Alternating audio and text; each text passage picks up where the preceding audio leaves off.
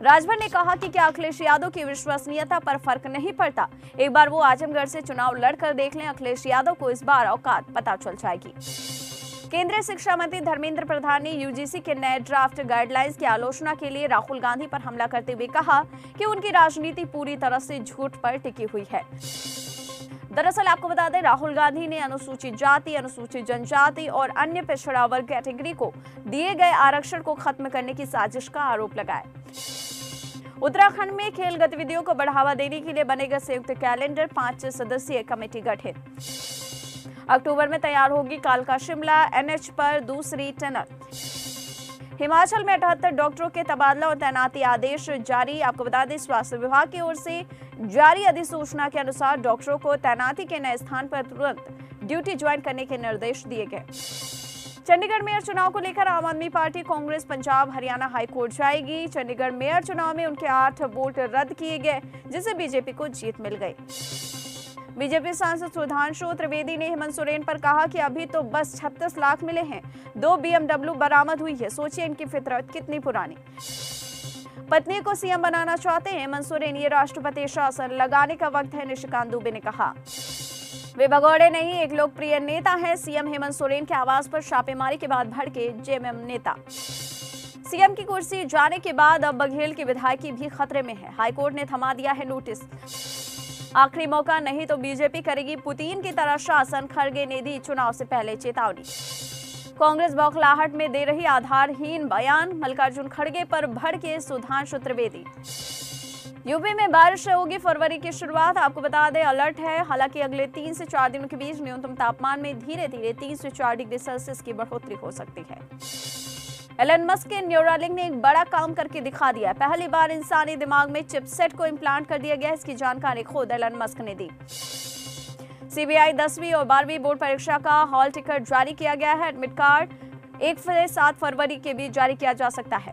चीन समर्थक मुइज़ू को बड़ा झटका, भारत से मालदीव जाने वाले पर्यटकों की संख्या में भारी गिरावट। अमेरिकी सांसद बोले, चीन से पैदा खतरा, भारत अमेरिका संबंधों के लिए अवसर। इमरान खान और शाह महमूद कुरैशी को 10 साल जेल की सजा, गोपनीय सूचना लीक करने के दोषी। ब्रिटेन से कोकेन निर्यात करने के मामले में भारतीय मूल की दंपति दोषी करार, 601 करोड़ के ड्रग्स पकड़े। अंटार्कटिका में बढ़ा बर्ड फ्लू वायरस का खतरा, पेंगुइन की मौत पर वैज्ञानिक हुए अलर्ट। सभा ने जारी कर दिया है लोकसभा प्रत्याशियों की पहली सूची। मैनपुरी से डिंपल यादव को बना दिया है उम्मीदवार। हमारे सीएम के साथ अपराधी जैसा व्यवहार किया जा रहा है, जेएम महासचिव सुप्रियो भट्टाचार्य ने कहा। राहुल गांधी ने नीतीश कुमार पर आखिरकार चुप्पी तोड़ी, बोले थोड़े दबाव में ही नीतीश ने लिया यू टर्न। चंडीगढ़ मेयर चुनाव के नतीजों के खिलाफ हाईकोर्ट जाएगी आम आदमी पार्टी। बजट 2024 के मद्देनजर रेलवे को मिल सकते हैं 3 लाख करोड़ रुपए, ट्रेनों में अच्छे खाने के अलावा मिल सकता है वाईफाई। फरवरी से संसद का बजट सत्र शुरू हो रहा है। 1 फरवरी को वित्त मंत्री निर्मला सीतारमण अंतरिम बजट पेश करेंगी। वहीं आपको बता दें, बजट में देश के विकास को ध्यान में रखते हुए कई सेक्टर के लिए बड़ा ऐलान किया जा सकता है। उम्मीद है कि सरकार पूंजीगत खर्च बढ़ाएगी। सरकार मध्यम वर्ग को खर्च मैनेज करने के लिए कुछ रियायत का ऐलान भी कर सकती है। बजट से हर सेक्टर को राहत की उम्मीदें हैं। आगरा के पेठा उद्योग को भी जीएसटी में राहत की उम्मीद है। उन्होंने मांग की है कि पेठा पर लगने वाले जीएसटी को खत्म कर देना चाहिए। वहीं आपको बता दें, कुछ बदलाव भी हो सकते हैं। फाइनेंशियल एक्सप्रेस में छपी रिपोर्ट की माने तो अगले कुछ महीनों में टमाटर और आलू जैसी सब्जियों की कीमतों में और इजाफा देखने को मिल सकता है। वहीं भारतीय स्टेट बैंक इन दिनों स्पेशल होम लोन कैंपेन चला रहा है, जिसका फायदा 31 जनवरी तक ही लिया जा सकता है, यानी कि 1 फरवरी से एसबीआई की ये योजना बंद हो जाएगी। यदि आपने अभी तक अपने 4 व्हीलर से संबंधित फास्टैग केवाईसी का काम पूरा नहीं किया है तो इसे तत्काल करा ले, क्योंकि 31 जनवरी के बाद फास्टैग्स को बैन कर दिया जाएगा।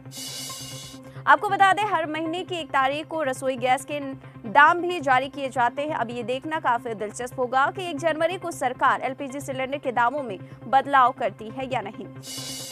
इसी के साथ आपको ये भी बता दें कि बैंक ऑफ बड़ौदा के क्रेडिट कार्ड के धारकों को बड़ा झटका लगने वाला है। कंपनी ने घोषणा की है कि वो क्रेडिट कार्ड के जरिए रेंट पेमेंट पर 1% फीस लेगी और ये नियम 1 फरवरी से प्रभावित हो सकता है। वहीं पीएनबी ने भी अपने ग्राहकों के लिए कुछ नियमों में बदलाव किया है। 1 फरवरी से आपके किसी किस्त या इन्वेस्टमेंट वाले डेबिट अकाउंट में पैसा न होने की वजह से फेल होता है तो इसके लिए 250 रुपए देने होंगे। फिलहाल बैंक इसके लिए आपको बता दें आपसे केवल 100 रुपए चार्ज लेता है।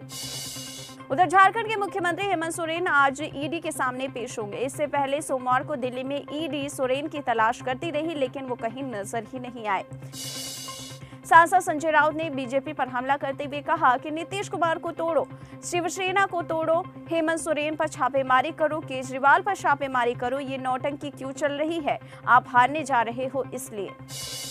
केंद्रीय मंत्री साध्वी निरंजन ज्योति ने नीतीश कुमार के बीजेपी में शामिल होने पर कहा कि बिहार में बीजेपी के ज्यादा विधायक होने पर भी नीतीश कुमार को मुख्यमंत्री बनाया गया।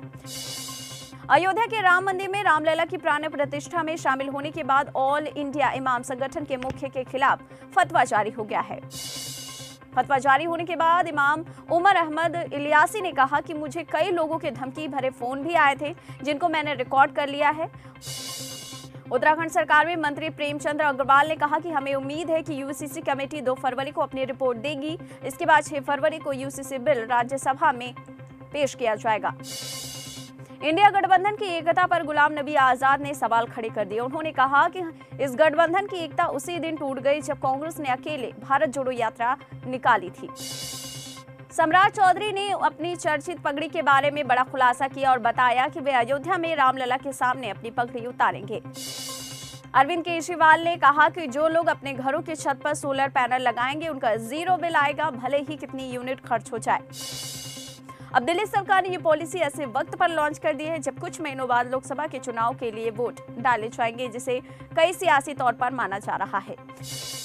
नीतीश के एनडीए में शामिल होने के बाद सपा की ओर से उन पर हमले किए गए। अखिलेश यादव ने यहां तक कह दिया कि अगर वो इंडिया गठबंधन के साथ रहते तो प्रधानमंत्री बन भी सकते थे, लेकिन एनडीए में तो उनके पास कोई दूसरी चॉइस है ही नहीं।